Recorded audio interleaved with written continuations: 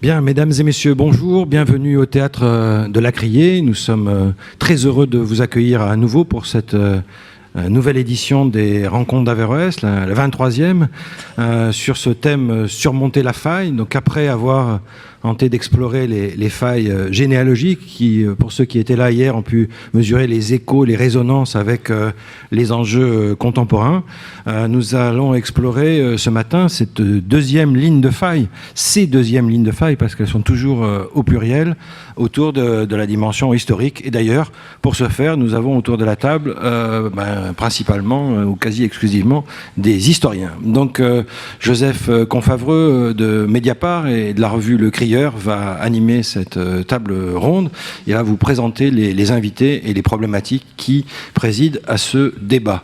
Merci de votre écoute et donc comme rituellement, 2 temps, à peu près 1 heure, 1 heure et quart d'échange entre nos invités et puis ensuite vous avez la parole pour une bonne heure.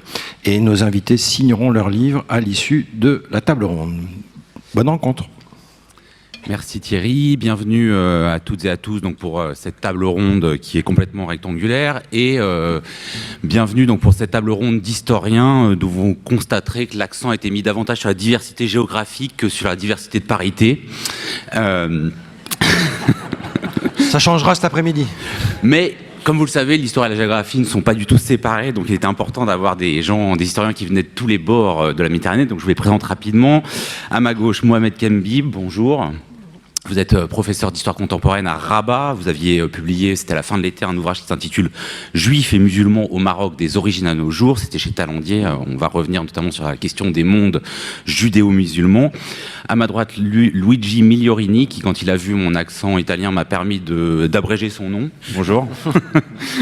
Vous êtes professeur à l'université de Naples, spécialiste des circulations en Méditerranée, et notamment de l'époque napoléonienne. Vous aviez été l'artisan, notamment de l'exposition récente Napoléon à Sainte-Hélène, la conquête de la mémoire, qui a donné lieu aussi à un ouvrage. Je me tourne ensuite vers Abdelmajid ou Majid, Majid, donc plutôt le glorieux que le fils du glorieux, modestement, professeur à l'université de Constantine, ville sur laquelle vous avez beaucoup écrit et vous êtes un grand spécialiste de la musique. Et enfin, Benjamin Stora, c'est la peine que je vous présente encore aux Rencontres d'Averroès, président du musée national de l'histoire de l'immigration. J'ai pas pris tous ces livres parce que j'avais peur d'avoir une amende pour excès de bagages dans le TGV. Mais je signale quand même récemment une histoire de l'Algérie en bande dessinée, le tome 2 de l'histoire de la guerre d'Algérie vue par les Algériens, et peut-être 2 ouvrages dont on va plus particulièrement reparler aujourd'hui. C'est Les Mémoires dangereuses, coécrit avec Alexis Génie, et l'histoire des relations entre juifs et musulmans des origines à nos jours, qui avait été dirigée avec le regretté Abdelwahab Medeb. Alors, peut-être une question liminaire qui sera la même pour tout le monde. On a 4 historiens venant de 4 territoires un peu différents. Est-ce qu'on peut repérer un moment de l'histoire où la mer Méditerranée serait devenue un fossé, où les failles se seraient avérées béantes, Luigi Migliorini? Mais puisque je suis un historien de Napoléon, vous attendrez de moi le 1798, je pense. Non, c'est pas là que je retrouve la faille. C'est en reculant beaucoup plus dans le temps. Et la faille, peut-être, puisque vous avez dit géographie, histoire, je ne la pose même pas au centre de la Méditerranée, comme on pourrait s'attendre là aussi que je fasse, mais plutôt sur les Pyrénées. Donc je voudrais vous amener très loin dans le temps, un peu loin dans la géographie, en rappelant... de la géologie, là, du coup. C'est presque de la géologie ou de la paléontologie, je ne sais pas. Mais vous savez, les journalistes sont toujours sur l'actu, et donc dès qu'ils sont en train de récupérer l'histoire... Non, il est un très bon historien, donc il faut lui faire confiance. Et donc, je vous amène sur les Pyrénées, où il y a la bataille de Poitiers, je vais très rapide.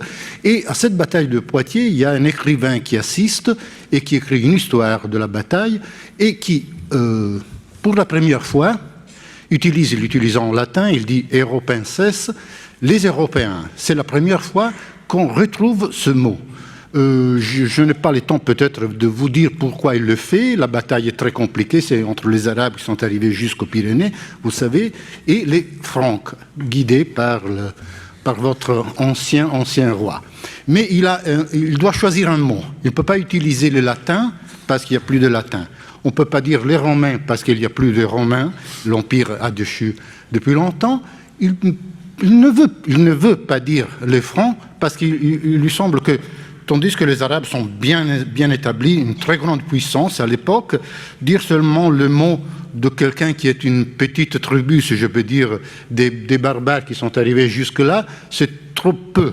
Il faut que les deux armées soient du même poids. Et donc, pour retrouver la même valeur, les Arabes d'un côté et de l'autre, les Européens.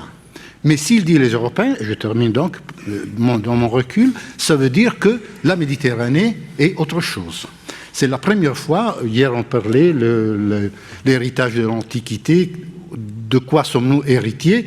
Bon, à partir de ce moment, l'Europe, c'est l'Europe de Charlemagne, c'est l'Europe d'aujourd'hui parce qu'elle est dans le même endroit, c'est toujours autour du Rhin, les Francs, les Allemands. Il n'y a plus de Méditerranée en Europe. La Méditerranée est autre chose, la faille est tracée. Donc on a déjà pas mal reculé dans le temps avec vous, Mohamed Kembid. On irait où si on devait choisir un moment, même si évidemment il y a de l'arbitraire? Avant de parler de tectonique et de géomorphologie, de failles, de fractures, etc., un mot peut-être sur ce qui nous rassemble davantage que ce qui nous divise. Ah non, mais ça c'était la conclusion. Hier, non. On pourrait commencer d'entrée de jeu par cela et puis retomber sur nos pieds en conclusion. C'est que hier, donc, c'était l'armistice du 11 novembre pour la fin de la Première Guerre mondiale. Et je voudrais indiquer que les troupes marocaines ont été partie prenante dès septembre 1914 dans les batailles de la Somme. Et pour ce qui est de la Deuxième Guerre mondiale, inutile de vous rappeler que ce sont des tirailleurs algériens et marocains qui ont libéré cette bonne ville de Marseille. Et je signalerai au passage, je n'ai pas en tête toute la citation, mais elle est de Edmond Charleroux dans Désir d'Orient. Enfin, elle faisait partie du réseau Brutus, si je ne m'abuse. Elle parle de ces Marocains, elle dit « magnifiques soldats qui, dont le pas léger, ne froisse point l'herbe ». Et ce sont des gens qui n'ont pas des raideurs prussiennes. Enfin, ce sont quelques-uns. Alors, pour ce qui est disons, du recul très en amont, vous avez parlé de la bataille de Poitiers et d'une formule qu'utilisait quelqu'un en rigolant. Charles Martel a battu les Arabes à moitié. Donc, pour ma part, je remonterai au 15e, 16e siècle, donc la chute de Grenade, dernier royaume musulman d'Espagne, l'expulsion, le décret d'expulsion des Juifs pris par les rois très catholiques, Isabelle et Ferdinand, et le départ des musulmans qui ne voulaient pas vivre sous la loi des infidèles. Donc ils sont réfugiés dans un certain nombre de pays musulmans, notamment l'Empire ottoman, et plus près d'eux, il y a 20 000 Juifs qui se sont réfugiés au Maroc. Et ça a été également, cette période-là, 15e, 16e, le début de raids ibériques sur les côtes marocaines et l'occupation d'un certain nombre de places fortes, dont 2 sont toujours sous occupation espagnole. Il s'agit de Ceuta et de Melilla. Donc là, on est dans la fracture. Je rappellerai également 2 événements majeurs au cours de cette période. C'est la bataille de Lépante, bataille navale de Lépante, perdue par les Ottomans face aux Vénitiens et à leurs alliés. Je rappellerai une autre bataille qui a été cette fois-ci une victoire pour les musulmans, c'est celle dite des 3 rois de Oued el-Makhazin, le 4 août 1578. Ça a été la débâcle du roi Dom Sébastien du Portugal qui voulait lancer une sorte de croisade avec l'appui du pape et un certain nombre de volontaires de France et d'ailleurs. Et ça s'est terminé par un désastre pour les Portugais, la mort de leur roi, dont certains Portugais et certains Brésiliens attendent toujours le retour. Donc il y a un phénomène de sorte de millénarisme ou quelque chose comme ça. Et ce sont donc, à mon sens, c'est un autre repère dans ce que vous avez appelé la faille ou la fracture. Alors donc je constate que même si les points d'origine sont différents, il s'agit beaucoup de batailles. On est passé de Poitiers à Lépante et à la Somme. Majid Merdassi, pour vous? Écoutez, d'abord, vous permettez, السلام عليكم صباحكم بالخير. اسمح لي نتوجه بجزيل الشكر للأستاذ تيري فابغ على الاستضافة والمشاركة في هذه الملتقيات من Merci donc de votre invitation, Thierry Fabre. Vous me donnez la possibilité d'assister à ces belles rencontres autour de l'esprit de la rationalité musulmane. Merci. Donc, moi, en fait, quand je suis venu avec cette idée, d'abord de proximité. Dans la littérature, dans l'imaginaire algérien, bien entendu, la Méditerranée est une référence constante et récurrente. Que ce soit dans les discours publics, que ce soit dans l'histoire politique. Mais pour rester sur la crête éventuellement de la faille, la Méditerranée, c'est celle qui a... Bon, ça on peut ramener, comme le fait avec beaucoup de raison notre ami marocain, rappeler la bataille de Toulon, auquel ont participé beaucoup de soldats algériens. Mais pour moi, quand je pense à la Méditerranée, je pense à Marseille, parce que c'est l'interface, parce qu'il y a énormément de relations, d'échanges humains, d'échanges commerciaux avec cette grande métropole. Et il y a surtout beaucoup de mes concitoyens, et aussi, il y a beaucoup aussi d'Européens d'Algérie qui sont installés dans cette zone. Et, quelque part, cette Méditerranée, c'est aussi la confluence de notre histoire, d'une longue histoire, l'histoire de la colonisation, l'histoire de la décolonisation, l'histoire des impasses, l'histoire de déchirement. Et donc, moi, au moment où sur ce débat, ma pensée va à tous ceux-là qui viennent d'Algérie, quelle que soit leur religion, quelle qu'ait été leur position durant la colonisation, quelle qu'ait été leur position durant la guerre d'indépendance algérienne, et qui sont ici, d'une certaine façon, porteurs de l'image de mon pays, des douleurs, des souffrances, et aussi qui, par leur présence, par leur souffrance, par leur douleur, par leur interrogation, interpellent la France sur son passé. Voilà. Et la faille historique, j'aurai l'occasion d'y revenir, pour moi, c'est l'incapacité toujours renouvelée des pouvoirs publics, des institutions de médiation, de désigner, de qualifier le passé de la France. Et je pense que l'hypothèque pèse plus sur la France d'aujourd'hui que sur ses anciennes colonies. Merci. Benjamin Stora, pour finir ce premier tour de table liminaire. Oui, enfin, moi je dirais que vous avez eu raison de commencer par parler de la séparation, parler de la faille. Non pas la faille, la Fédération anarchiste ibérique, évidemment, hein, parce que quand mon ami Thierry Fabre m'a appelé en me disant on va parler de la faille, je lui ai dit enfin on va parler de la faille. Le bras politique armé de la CNT. Serruti. Enfin, mais personne ne connaissait. Alors évidemment, je vois même dans la salle, personne ne connaît non plus, donc c'est pas grave. Donc, en fait, non, c'était la faille historique. La faille historique, et donc dans cette séparation, vous avez raison effectivement de commencer par peut-être s'attaquer à une image très lisse de la Méditerranée, cette image, disons, de ce lac de paix ensoleillé, de cet espace de circulation incessante, de métissage renouvelé.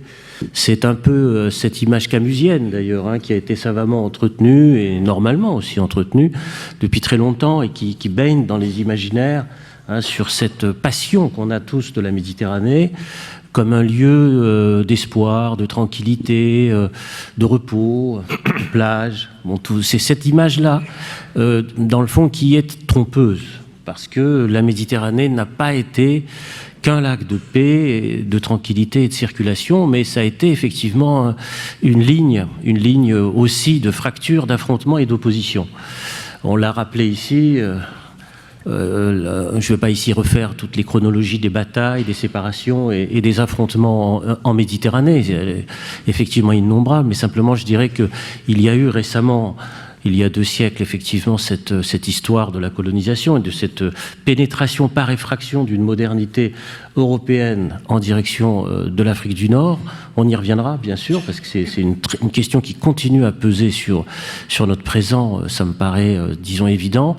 Mais plus récemment, et dès à présent et dès aujourd'hui, dans ce qu'on pourrait appeler l'histoire immédiate, il y a la Méditerranée comme une sorte de mur, j'allais presque dire de cimetière. Et cette question-là, évidemment, elle nous met presque en lumière aveuglante la séparation.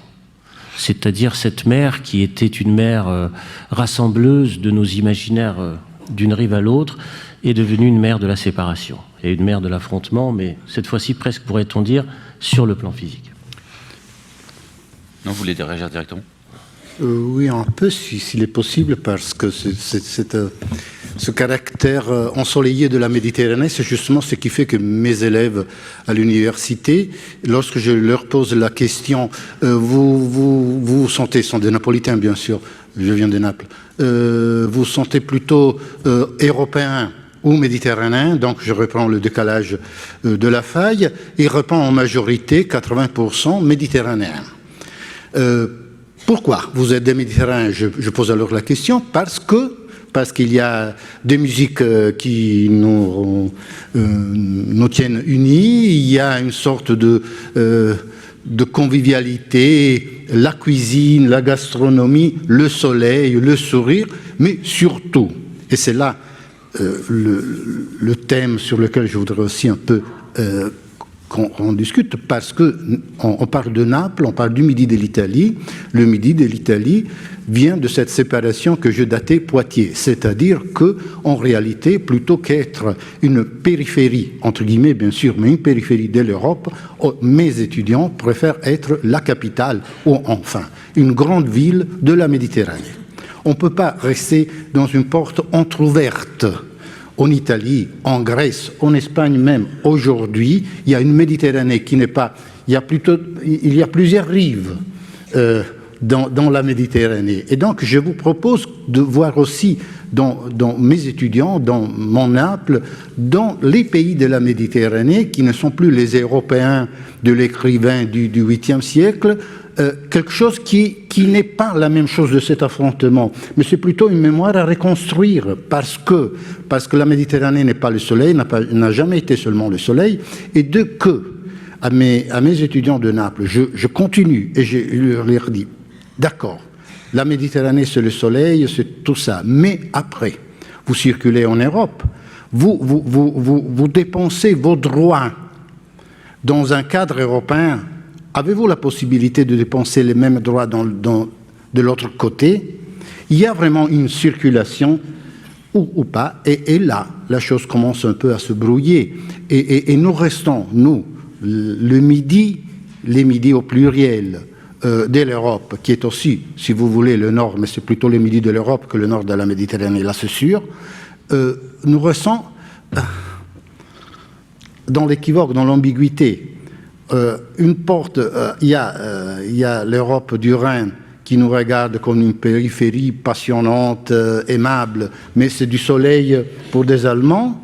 Et de l'autre côté, la difficulté d'avoir une sorte de relation. Mais là aussi, on voit bien, Lampedusa nous montre que cet aspect de frontière, qui n'est pas une frontière, parce que nous-mêmes, nous sommes à la périphérie de quelque chose, nous permet aujourd'hui d'avoir, je pense, une expérience plus ouverte envers l'immigration qui nous vient beaucoup plus lourde des pays qu'au contraire d'accueillir, comme nous faisons à Lampedusa, élèves de mur.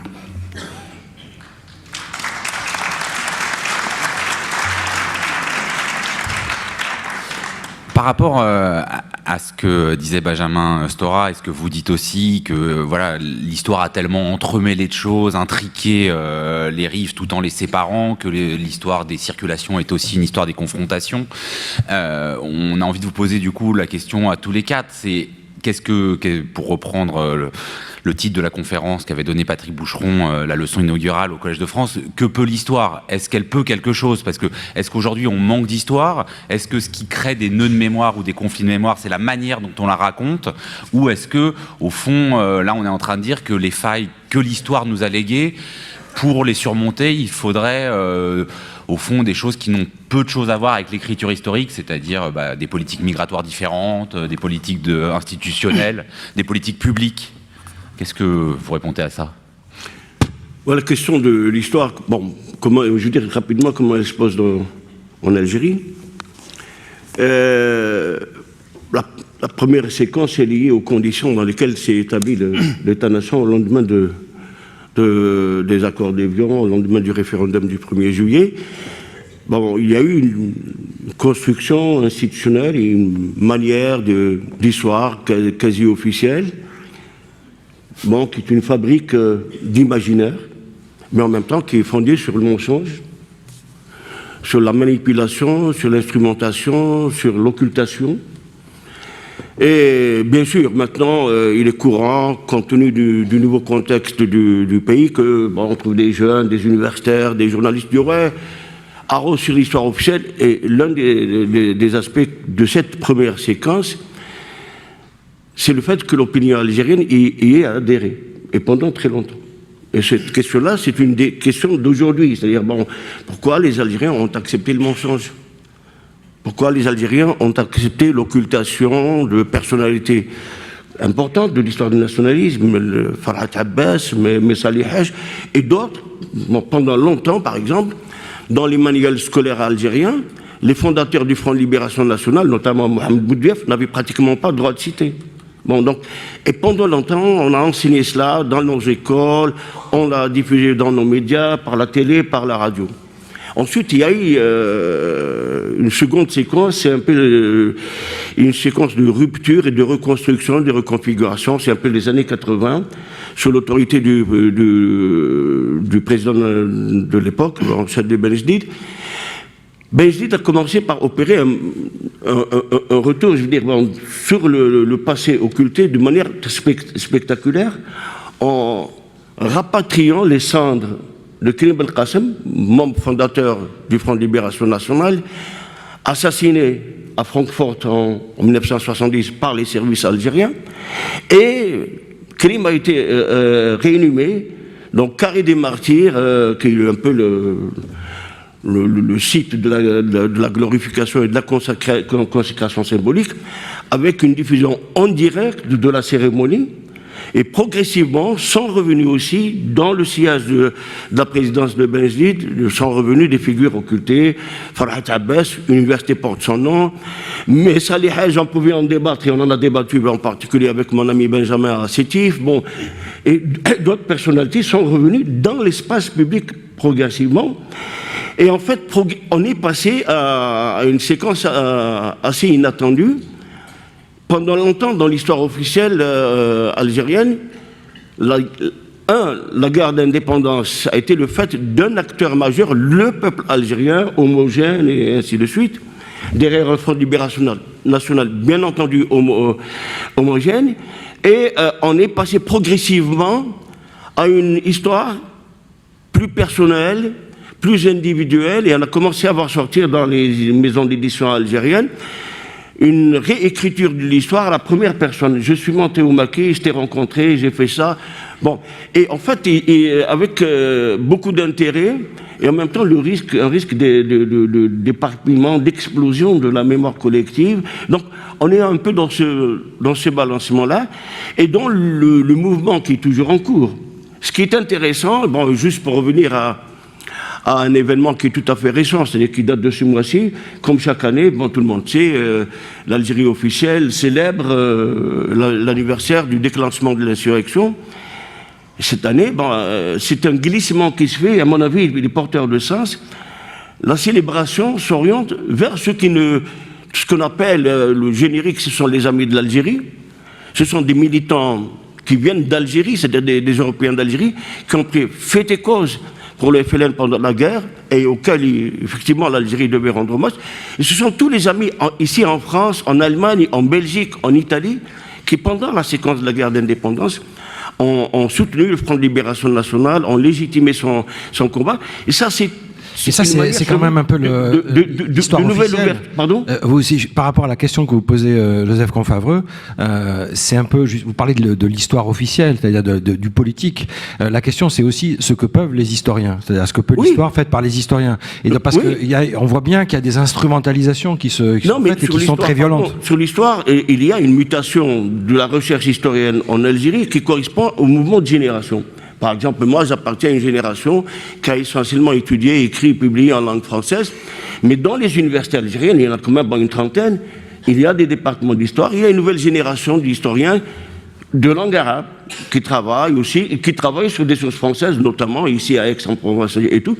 Donc, il y a ce renouvellement. Est-ce que c'est un renouvellement qui correspond au mouvement observé en France, c'est-à-dire générationnel, thématique?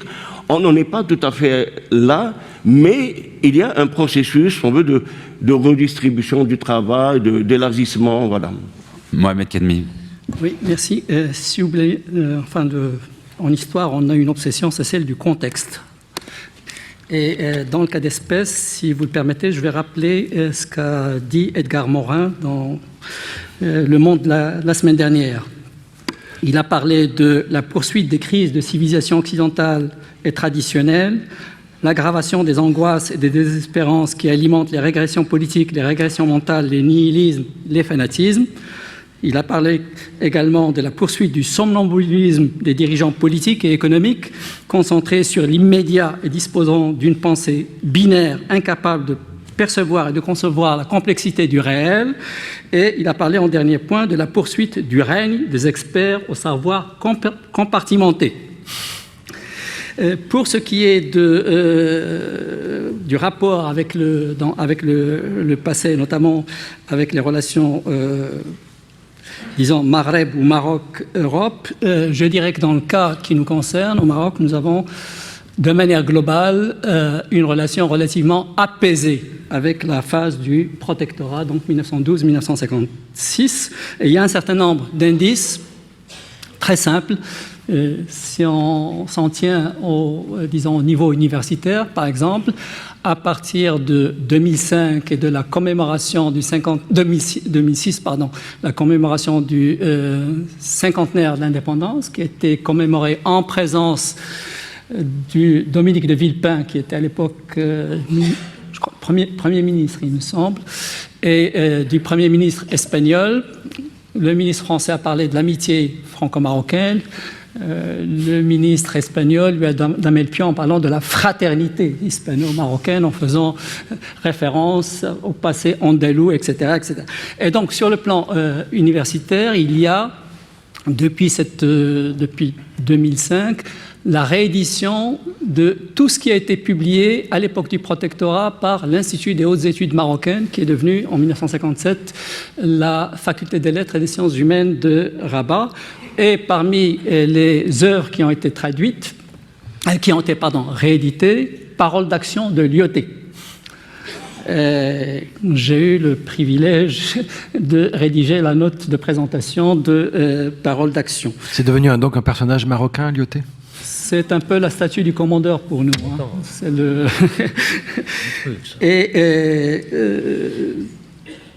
comment dirais-je, il y a toujours un lycée Lyautey à Casablanca, et c'est dans ce lycée que lundi prochain, donc dans 2 jours, va se tenir un séminaire sur 2 jours, co-organisé par l'ambassade de France à Rabat et le mémorial de la Shoah, sur l'enseignement de la Shoah dans le scolaire. Et pour ce qui est du 60e anniversaire de l'indépendance qu'on célèbre cette année, là aussi, il y a toute une série de manifestations au Maroc et en France en partenariat avec nos amis français.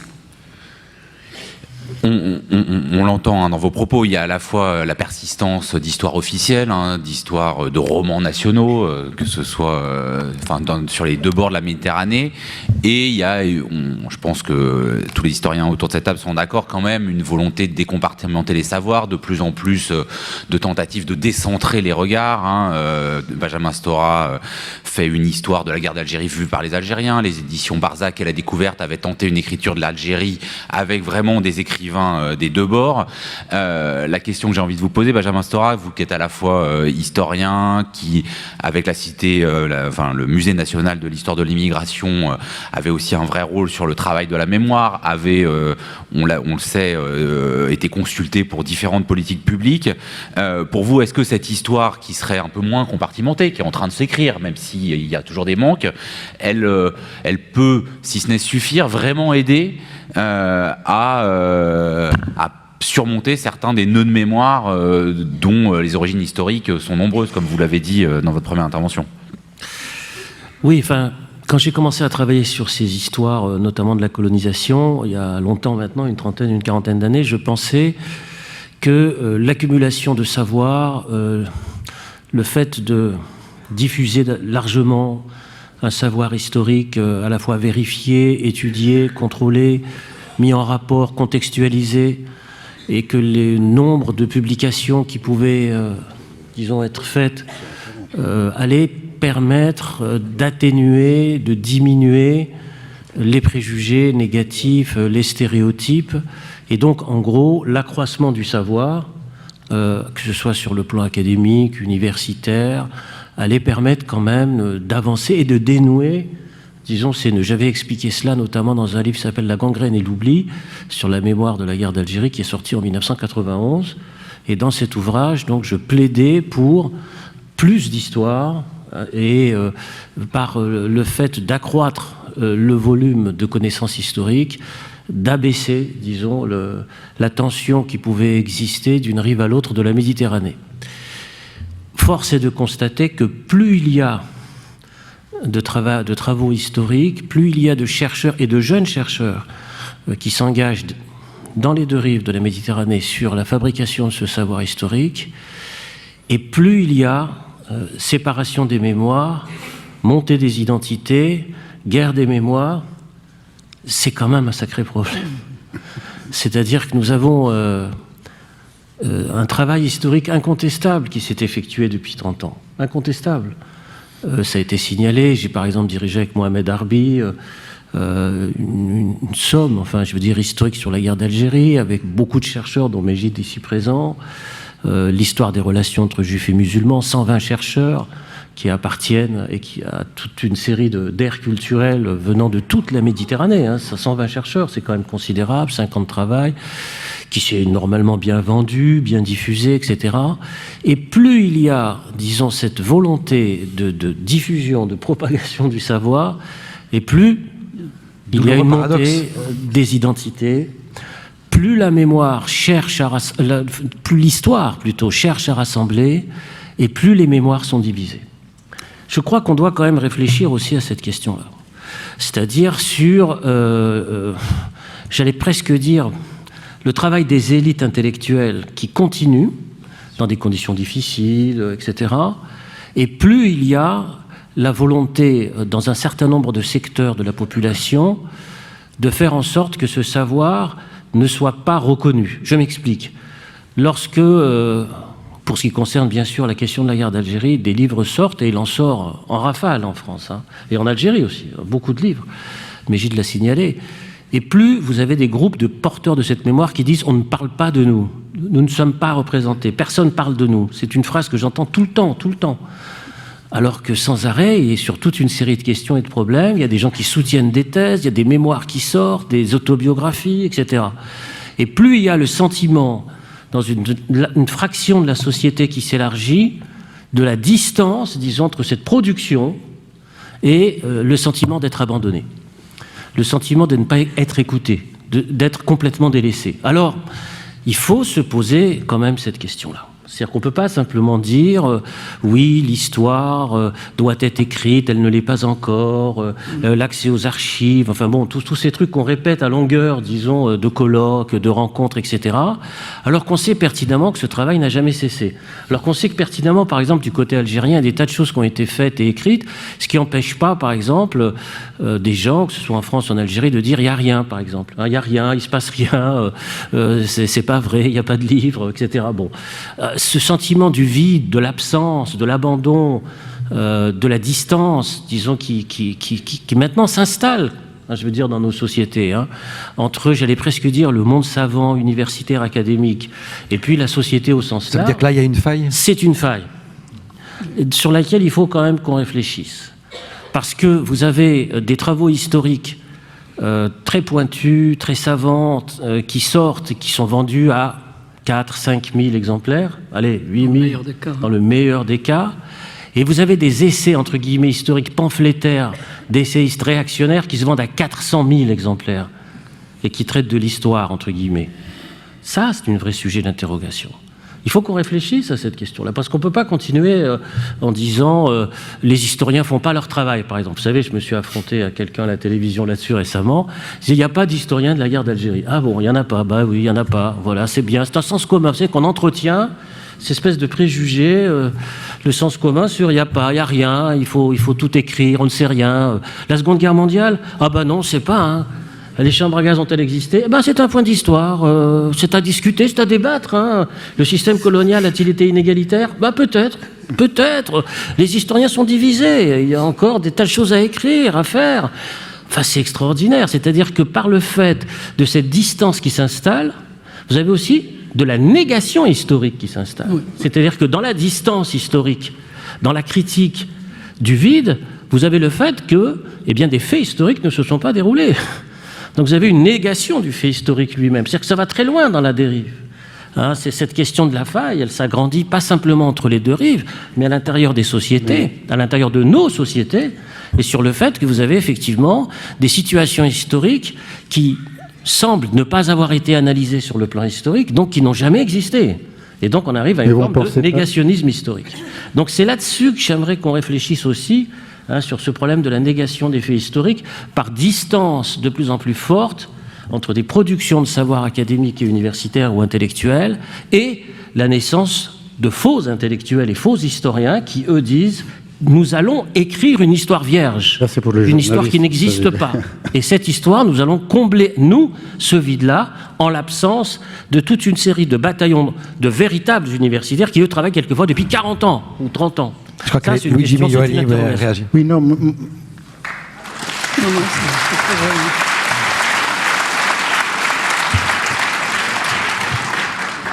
vous avez parfaitement raison, mais moi je pense aussi qu'il faut penser que nous, les historiens, puisque Thierry venait de nous demander à quoi sert l'histoire, c'est un thème un peu trop compliqué, mais enfin, à quoi servent les historiens, puisque vous les payez Ça va tirer ce que je dis. Oui, c'est sûr, vous payez.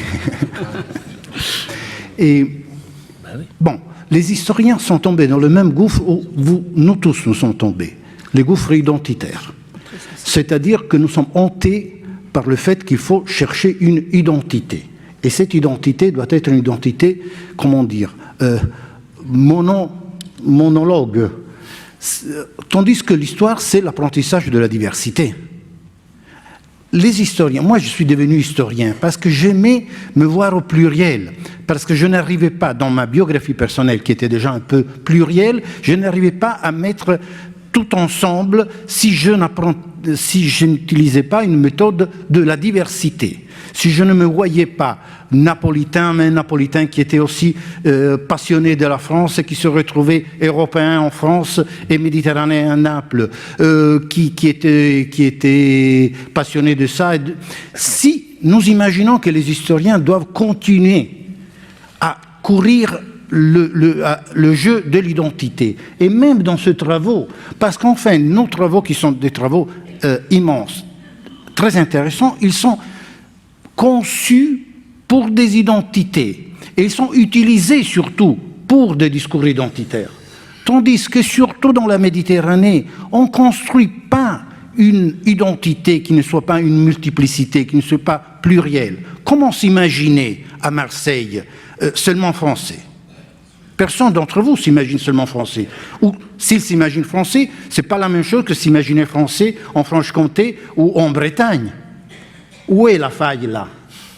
Où est la faille entre un Napolitain et un Milanais, qui sont des Italiens, mais qui sont tiraillés et où le confrontement, vous connaissez notre histoire politique très récente, nous fait affronter. Et maintenant, moi, j'ai chez moi des Bourboniens qui combattent la Ligue du Nord par le fait qu'on doit être plus du sud que du nord de l'Italie ou plus du nord que... Et il y a une faille là, oui bien sûr qu'il y a une faille historique, il y a une faille anthropologique, économique, il faut toujours parler aussi des failles économiques qui sont peut-être les plus importantes aujourd'hui. Et nous les historiens, il faut seulement renforcer le discours des Bourbons ou les discours, je ne sais pas, des Habsbourg, ou plutôt laisser comprendre qu'on vient de loin et qu'on est donc destiné à être pluriel, même avec des contradictions très compliquées. Hier, on évoquait les héritages, c'était Benzlama qui les évoquait. C'est difficile de répondre à la question de quoi sommes-nous héritiers.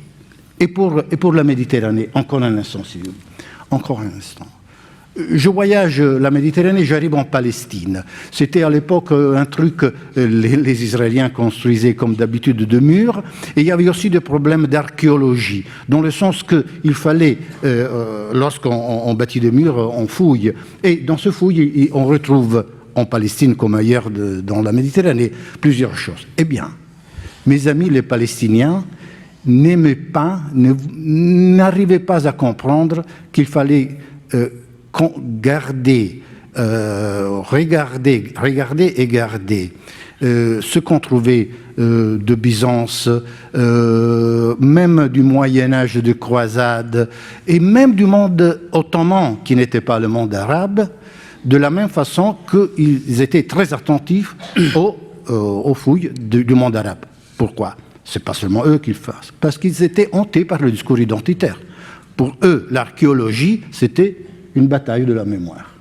Alors il arrive, autre voyage, j'arrive à Tunis, et à Tunis, Carthage n'est pas dans le parcours, j'en parlais un jour avec Thierry, ce n'est pas dans le parcours de la mémoire identitaire plurielle d'un arabe qui vit à Tunis. Tandis que, par exemple, chez nous, Hannibal est devenu une sorte d'icône de la revanche sudiste, parce qu'on imagine qu'Hannibal, contre Rome, ait joué une bataille pour la récupération d'une Méditerranée où les Napolitains et les Tunisiens restent ensemble. Les enjeux de la mémoire sont très compliqués, mais le nœud, pour répondre à votre question, les historiens doivent éduquer, puisqu'on fait aussi un travail d'éducation, de formation, on est enseignant, on est prof, à la diversité. Il est beau de se voir pluriel, plutôt que se voir identitaire. Ça, en Europe, c'est sûr, c'est très compliqué, mais j'imagine qu'aussi dans le monde arabe, ce ne soit pas si simple.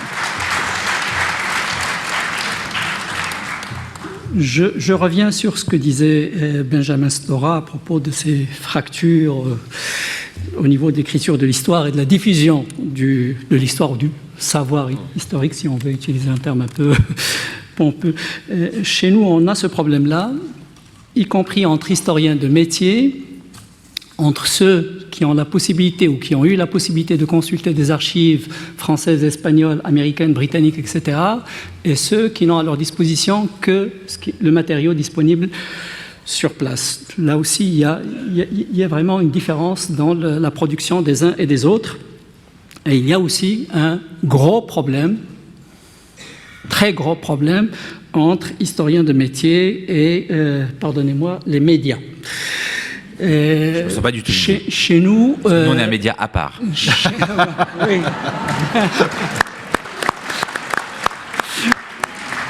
Chez nous, il y a un certain nombre de médias, effectivement, pas tous, un certain nombre de médias qui investissent dans l'histoire, si je puis dire, sur la base de témoignages d'acteurs d'une certaine époque, mouvement national par exemple, de leur ayant droit, des épouses par exemple de résistants qui témoignent, ou de membres de leur parti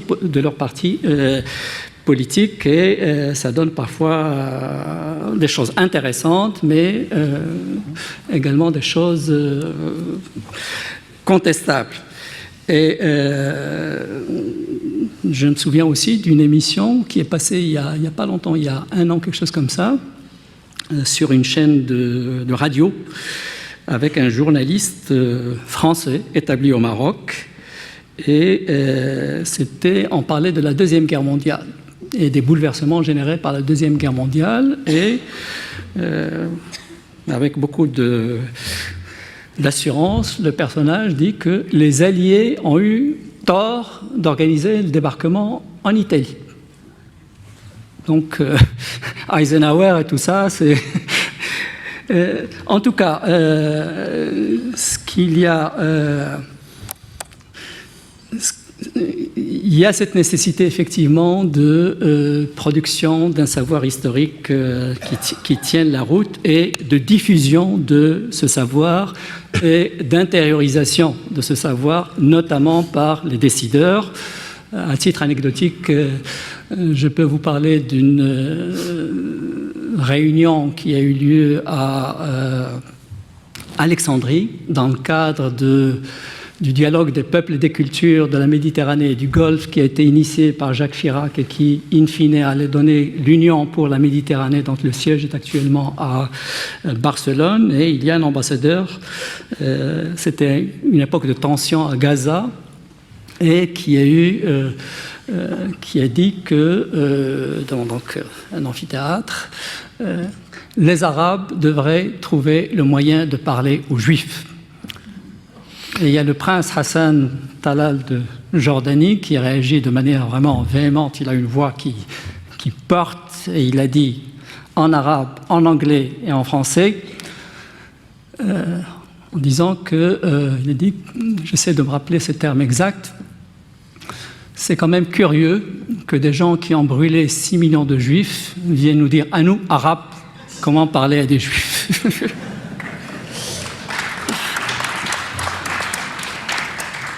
Alors, Benjamin Stora, puis peut-être Majid Mernassi, j'ai l'impression qu'on est quand même au cœur de la faille, mais qu'il faut presque poser la question de manière un peu plus brutale. C'est-à-dire que là, on a abordé, sans les aborder, deux failles. Enfin, je pense qu'il faut aller au-delà de la faille majeure, hein, la question des relations entre juifs et musulmans, la question aussi, là, on était sur l'Algérie. Je comprends tout à fait l'idée qu'il faille toujours plus de complexité, restituer la diversité, mais comment est-ce qu'on peut faire tout ça sans tomber dans un irénisme dont aujourd'hui on voit bien qu'il ne fonctionne pas? Que par exemple, qu'est-ce que ça voudrait dire de se mettre d'accord sur la mémoire, on est ici à Marseille, des Harkis, des descendants de Harkis et des descendants d'Algériens? Est-ce qu'on peut trouver une mémoire commune? C'est-à-dire une mémoire commune, c'est-à-dire une mémoire qui n'efface pas l'histoire des violences.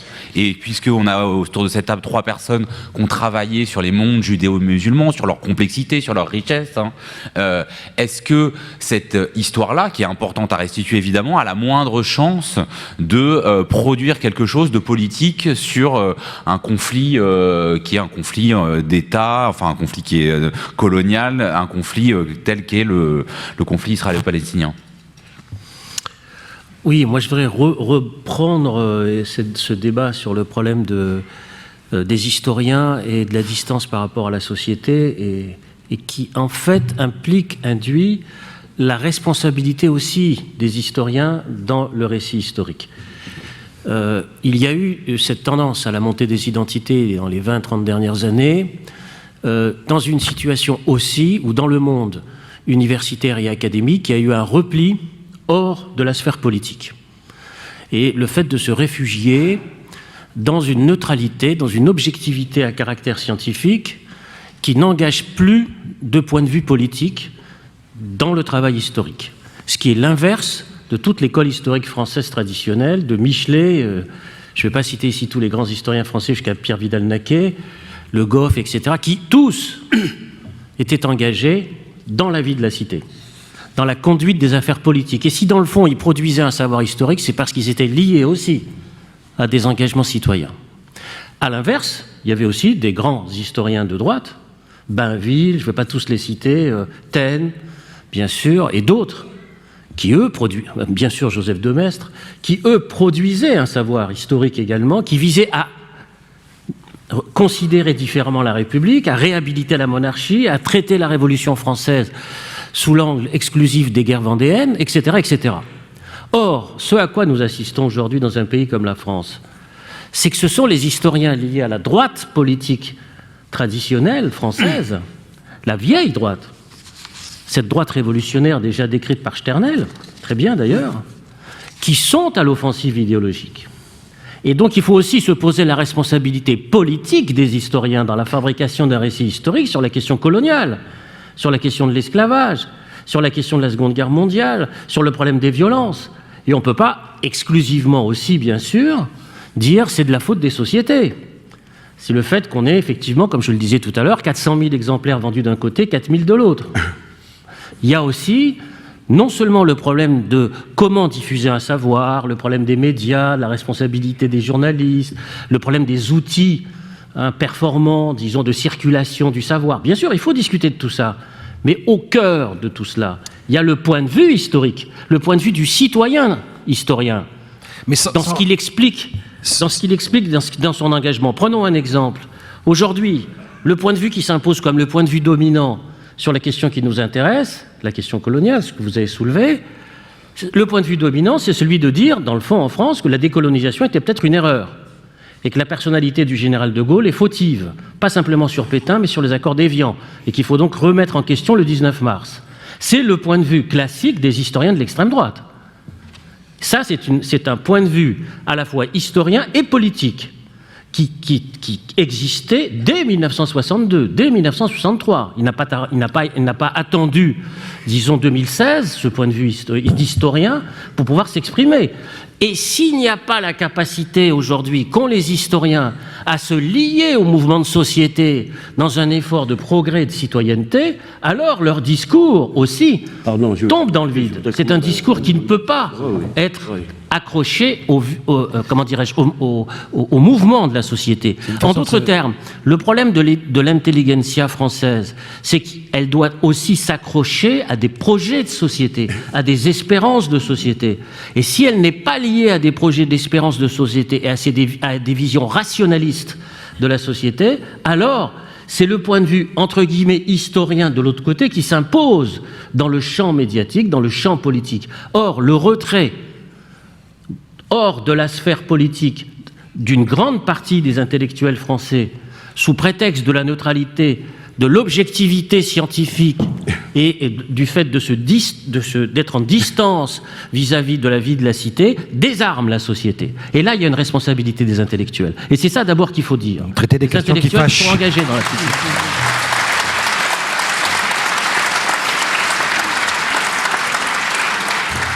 Mais je n'ai pas répondu à votre question sur le problème judéo-musulman, qui est très important. On reviendra bien sur la sûr. question judéo-musulmane. Majid. Non, mais je ne peux que d'accord avec ce que vient de dire avec beaucoup de pertinence Benjamin Stora, mais vu de l'autre côté de la mer, quelles sont les obligations d'un historien algérien?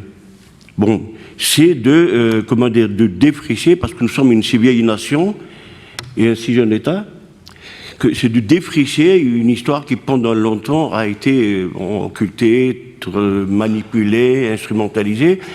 Et je dis, moi, pour ce qui me concerne, pour revenir à ce que dit Benjamin, ma responsabilité, c'est de m'adresser aux Algériens.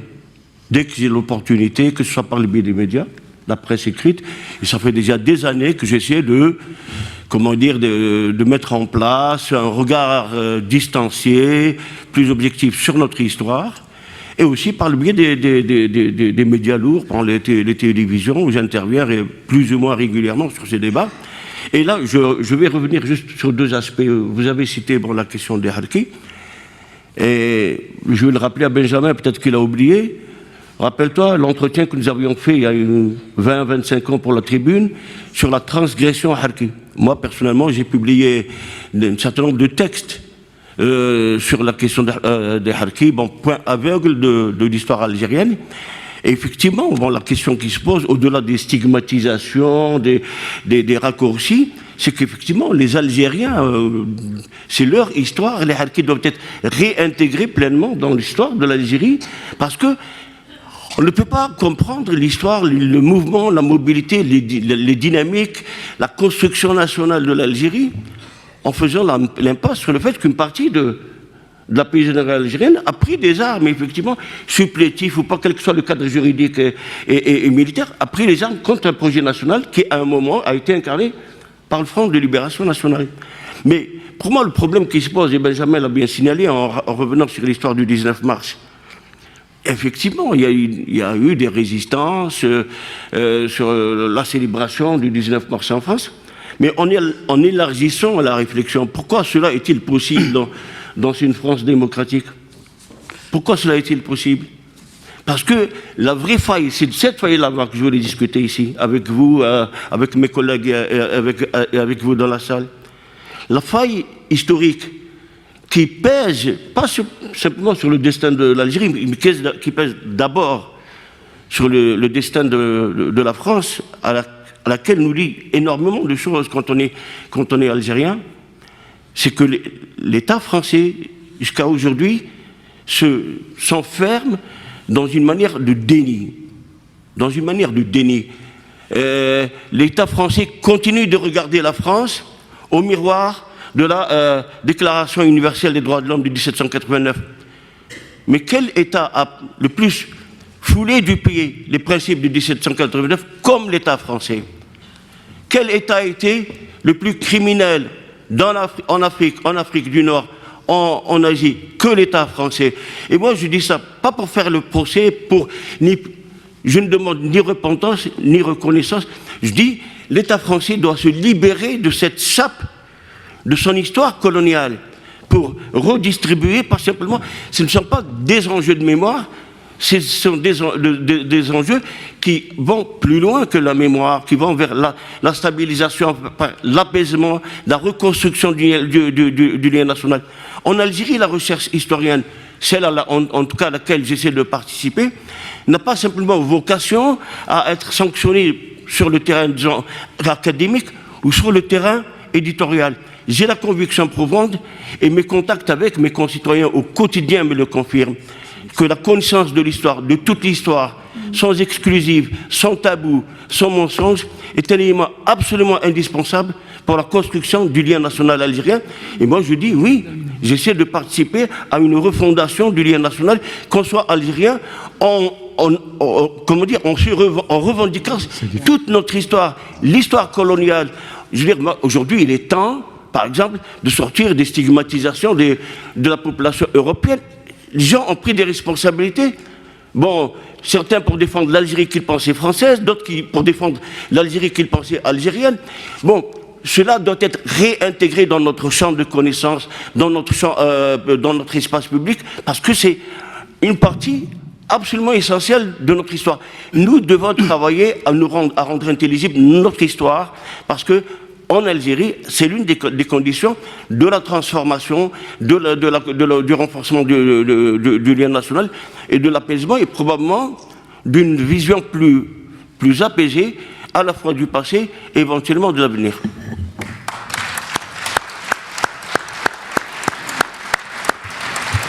Luigi Migliorini.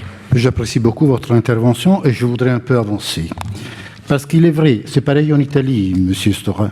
Le rapport entre les historiens et la politique a complètement changé depuis 20 ans ou 30 ans.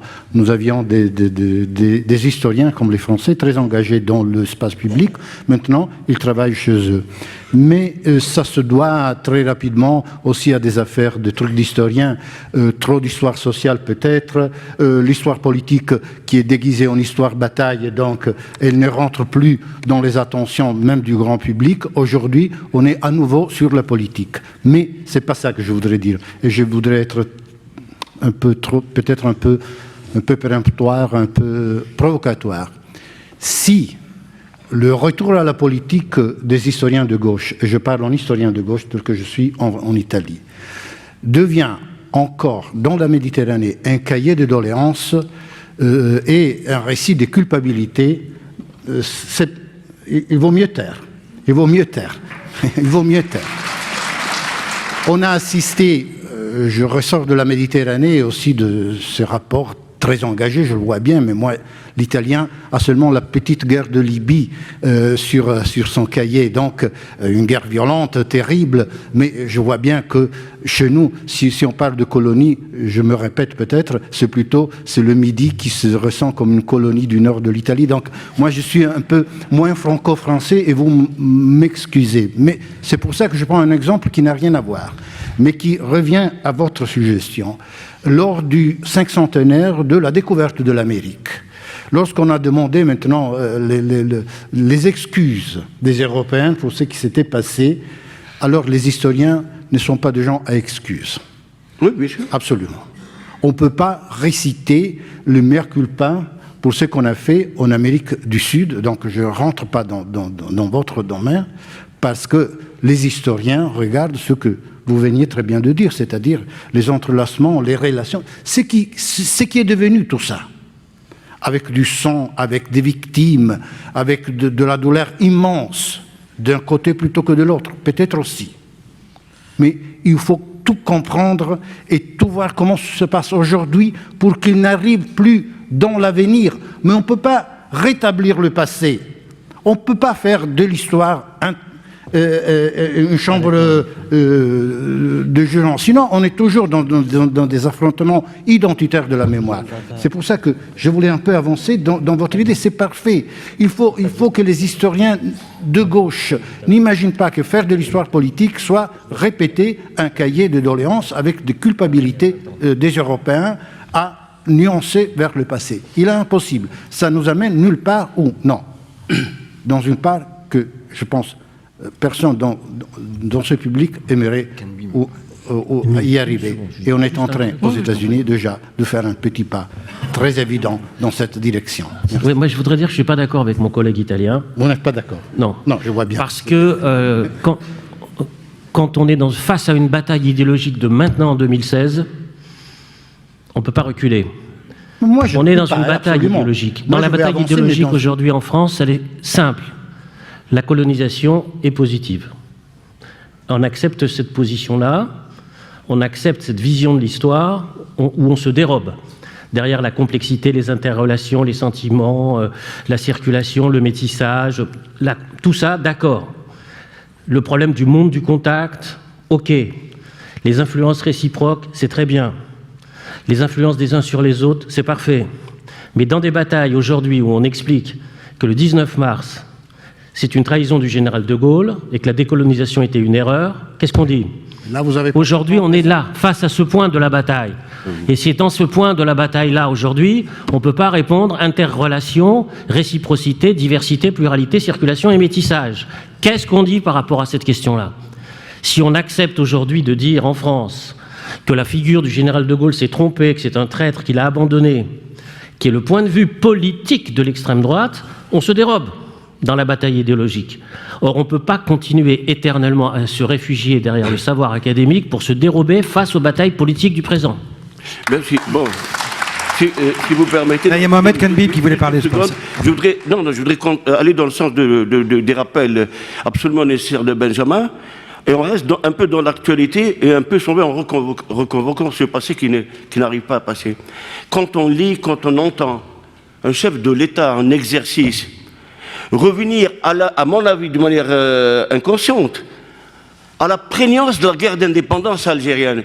Quand le président français dit « Marianne, demain, la musulmane sera Marianne demain, elle sera dévoilée ». C'est exactement ce que les autorités militaires françaises ont tenté d'organiser en 1958 dans mon pays. C'est incroyable. Il y a une prégnance de la guerre d'indépendance. Il faut lever cette chape-là. On ne peut pas la lever, et je suis d'accord avec vous, moi je ne demande aucune excuse. Je demande, pour le bienfait de la République française, que les responsables politiques français reconnaissent et identifient ce que la France a fait. Et très souvent avec l'aval du suffrage universel. Il y a eu des massacres en Algérie, il y a eu des massacres à Madagascar, et il y a eu des massacres dans les autres pays colonisés. Non pas pour stigmatiser la France d'aujourd'hui, mais pour qu'elle avance et nous fasse avancer avec elle éventuellement par la pleine reconnaissance de ses responsabilités. On ne peut pas admettre qu'un président français en exercice vienne dire en 2016 il y a un problème avec l'islam. Savez-vous depuis quand il y a des musulmans dans ce pays-là?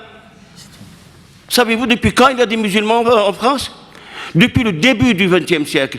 Est-ce que dans l'histoire française, l'histoire intérieure française, quelqu'un ici dans la salle peut me citer un incident, un problème lié à cette religion depuis le XXe siècle jusqu'aux tragiques derniers événements qu'on couvre de manière absolument malveillante du drapeau de l'islam qui n'en peut mais. Est-ce qu'effectivement les musulmans ont attenté à la République en plus d'un siècle de présence sur ce pays-là? Les musulmans ont donné leur vie pendant la Première Guerre mondiale. Il y a eu 175 000 soldats algériens mobilisés dans le cadre de la conscription décidée par la loi de 1912. Il y a eu 35 000 morts. Il y a eu 75 000 blessés. Les Algériens et les Marocains et les Tunisiens ont participé pour défendre la France occupée par les nazis. Et avec le soutien d'une partie de l'opinion et de l'État français de l'époque. Les Algériens, les Maghrébins sont venus, il faut rappeler cela, ils ont donné leur sang pour libérer la France. Donc il faut se calmer sur cela, il faut revenir aux faits, uniquement aux faits et sur le travail des historiens. Merci. On va bientôt ouvrir la discussion avec la salle, mais oui, non, mais je vous la donne parce que je voulais. En fait, là, vous citez le président. En fait, c'est le Premier ministre Manuel Valls qui disait ça, et moi, je voudrais du coup faire référence à une autre phrase de Manuel Valls assez récente. C'était à propos de l'esclavage, mais il disait on ne peut pas réparer, mais on peut préparer l'avenir. Ma question pour conclure cette table ronde et avant de donner la parole à la salle, ce sera est-ce que vous êtes d'accord avec cette idée et comment est-ce qu'on prépare l'avenir? Non, si vous permettez, je vais continuer sur ce qu'a dit Benjamin Stora. En fait, vous voulez jamais répondre à mes questions, quoi. Non, c'est pas ça. Dans ce cas, c'est pas la peine que je sois là. Il y a des choses qui me semblent aussi importantes que la question que vous posez. Parce que vous avez posé une question sur la mémoire, on ne vous a pas répondu sur la mémoire. Donc... Ouais, mais bon, alors si on répond toujours à la question d'avant, je vais poser la dernière question maintenant, comme ça. Allez-y. Non. Enfin, en un mot, à propos de ce qu'a dit Benjamin, je suis parfaitement d'accord sur la responsabilité de l'historien et le fait qu'effectivement, il ne peut pas se dérober à ce qui se passe autour de lui. Ça, on est parfaitement d'accord. C'est une façon de réparer l'avenir, peut-être, non ? Oui. Alors, pour ce qui est de la mémoire, je suis désolé de revenir à ce point parce qu'il me semble important, notamment en ce qui concerne les relations entre juifs et musulmans. Dans le cas spécifique du Maroc, il y a effectivement des antagonismes qui sont liés. Il y a un arrière-plan, c'est celui du conflit israélo-palestinien. Il y a également des antagonismes qui sont avivés par les interprétations que font les historiens de ce passé, notamment les historiens et les essayistes qui insistent davantage sur ce qui divise que sur les affinités. Et à propos justement de ces questions de mémoire, etc., entre les deux, musulmans et juifs d'un côté, quelqu'un a parlé de la mémoire brisée des juifs marocains, compte tenu de l'accélération de l'histoire. Ils n'ont peut-être pas tout à fait compris ce qui leur arrivait à partir de 1948. Et ceux qui ont côtoyé des juifs parmi la population musulmane, jusqu'à aujourd'hui, vivent ces départs massifs à partir de 1948 comme une amputation. Et ils le disent. Et actuellement, au cours de ces dernières années, ce que l'on constate, c'est une prise en main par des musulmans du patrimoine, la composante juive du patrimoine marocain. Il y a un élément également important, c'est celui de l'insertion dans le préambule de la Constitution du Royaume qui a été adoptée à partir de juillet 2011 de la composante juive de la civilisation marocaine. C'est explicitement dit dans la Constitution du Royaume. Et il y a aussi le fait qu'il y a 1 million de juifs d'origine marocaine de par le monde. Au regard de la loi marocaine, ils sont considérés comme marocains. Et c'est dans ce cadre qu'il y a toute une série d'initiatives pour la restauration des synagogues, etc., etc. Et il y a un élément que je voudrais citer, parce qu'il est à forte charge symbolique, c'est la présence jusqu'à maintenant d'un groupe scolaire qui s'appelle Maïmonide, le groupe scolaire Maïmonide, notamment à Casablanca. Cousin d'Averroès. École, oui, c'est l'école et lycée. Et dans ces écoles et lycées qui sont considérés comme juifs, il y a pratiquement 60% d'élèves musulmans, et qui sont beaucoup plus fortiches que leurs camarades juifs en hébreu. Et ça me semble quand même hautement symbolique. Je vous renvoie à ce qu'en dit Gad Elmaleh quand il parle de son parcours scolaire. Benjamin Stora, pour conclure éventuellement ou répondre à une des questions que j'ai posées, n'importe laquelle. Non, mais il faut être positif pour conclure. Hein, oui. Non, mais il faut être positif. Très vindicatif. Votre ami cite Gad Elmaleh, vous permettez que je cite Smaïn, qui est de ma ville. non, mais c'est vrai. On était cette année au Salon du Livre de Paris avec Benjamin, on y avait débattu. Quelques temps après, c'est Smaïn qui était invité et il fait une description, je veux dire, à sa façon, de l'état de la France d'aujourd'hui. Et il dit, merde, c'est quoi ce pays-là? Je vais partir à l'étranger. Et finalement, merde, mais je suis déjà à l'étranger. Non, moi je dirais qu'il faut effectivement avoir aussi un aspect positif dans notre réflexion pour conclure cette table ronde avant de laisser la parole au peuple, évidemment, qui risque de se venger. risque de se venger des élites qui sont à la tribune. On l'a vu récemment dans plein d'élections. Des trucs sanctions terribles, donc il faut se prémunir par avance. Donc, non, je dirais simplement que moi, j'ai effectivement eu un peu cette réaction un petit peu dure, dans la mesure où on a beaucoup reculé toutes ces dernières années sur le problème de l'essentialisation du savoir. Dans la représentation des autres, on a beaucoup reculé sur ces questions-là, on a beaucoup accepté de choses, et à force de reculer sur le fait de tout mettre en débat, en discussion, à tout relativiser, à tout considérer comme étant à part égale, à rentrer, non, mais c'est pas par rapport à vous, c'est en général en France, à rentrer dans ce qu'on appelle le monde de la complexité, où tout se vaut et tout est très très difficile à comprendre, etc. On en a oublié des questions très simples, des principes élémentaires, par exemple la question du racisme et de l'antiracisme. À force d'expliquer dans des théories que l'antiracisme produisait le racisme, par exemple, c'était très sophistiqué comme analyse, comme truc. C'était très très intéressant, très intelligent, quoi. Je veux dire, bon, les antiracistes fabriquent du racisme, c'est bien connu. Donc, résultat, les organisations antiracistes sont très très très affaiblies aujourd'hui. On a reculé sur des questions comme ça, des questions comme l'égalité politique, la question de l'antiracisme, la question de l'antifascisme même, où des livres sont sortis pour dire mais non, il y avait plus de gens de droite dans la résistance que de gens de gauche. Je ne sais pas si vous avez suivi ce débat historique. Ah oui, alors bon, il y avait très peu de communistes, de socialistes, tout ça. En fait, il y avait beaucoup de gens de l'Action française et tout ça qui étaient dans la résistance. Hein, ça a été beaucoup de travaux ont été publiés sur ces questions-là. Et on a reculé et on a accepté les débats sur ça en disant que c'était pas vrai. Donc on a reculé beaucoup ces 20 dernières années, quoi, sur toutes ces questions historiques, hein, sur l'esclavage aussi. Bon, dans le fond, attention, c'est pas si simple.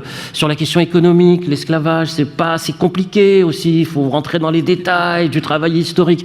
Bref, à force de compliquer, de travailler, on a accepté l'essentialisation, on a accepté les identités comme facteur d'explication de l'histoire, on a oublié l'égalité politique et on a oublié tout simplement le progrès. Donc, à partir de là, moi je dis, revenons peut-être au simple, et en revenant à des questions très simples, on peut entrevoir, disons, un aspect positif dans l'histoire des relations juifs-musulmans, entre les deux rives de la Méditerranée, entre les peuples, etc. etc. Oui. Alors, vraiment, Luigi Migliorini, un dernier mot avant qu'on fasse éclater la bulle entre la tribune et le peuple. Non, puisque... alors, c'est clair qu'on ne se dérobe pas. C'est clair qu'il n'y a pas de souci de ce genre. Mais j'insiste. Vous avez parfaitement raison, c'est l'histoire sociale, il faut retourner à l'histoire politique, mais il faut faire aussi...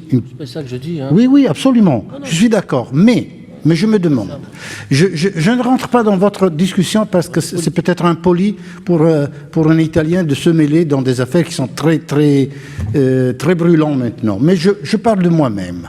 Aujourd'hui, je le dis, dans les midis d'Italie, on s'affronte avec le roi Bourbon à la Ligue Nord. Bon, et donc on remet en cause l'unité italienne. C'est pas le colonialisme, je vois bien, mais en tout cas, c'est un sujet intéressant.